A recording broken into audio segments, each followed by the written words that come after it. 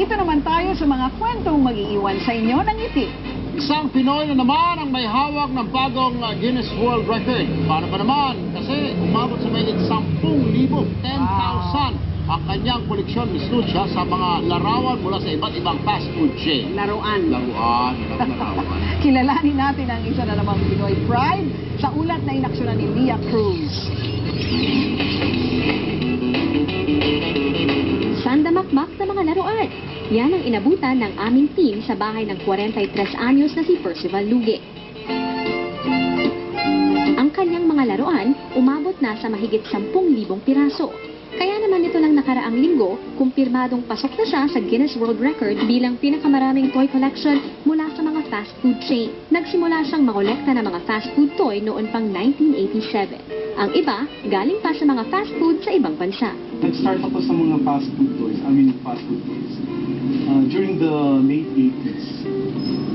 Kasi that's the time when the fast food started mushrooming. Yung nagsulputan dito sa Pampanga. Lahat na ata ng klase ng laruan mula sa mga naglalakihang fast food chain meron si Percival.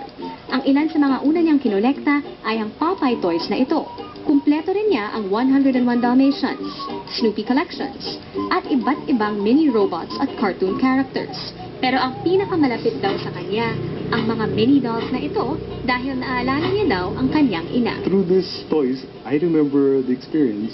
I remember her love, yung pagmamahal niya sa akin, and her support to this collecting hobby. Sa mahigit 2 dekadang pangongolekta, nasa kulang-kulang ₱250,000 na raw ang halaga ng kanyang mga koleksyon. Pero hindi niya ito alintana dahil kakaibang saya raw ang ibinibigay ng kanyang mga laruan. Sa ngayon, nasa plano na ni Percival ang magtayo ng Toy Museum para ma-display ang lahat ng kanyang koleksyon.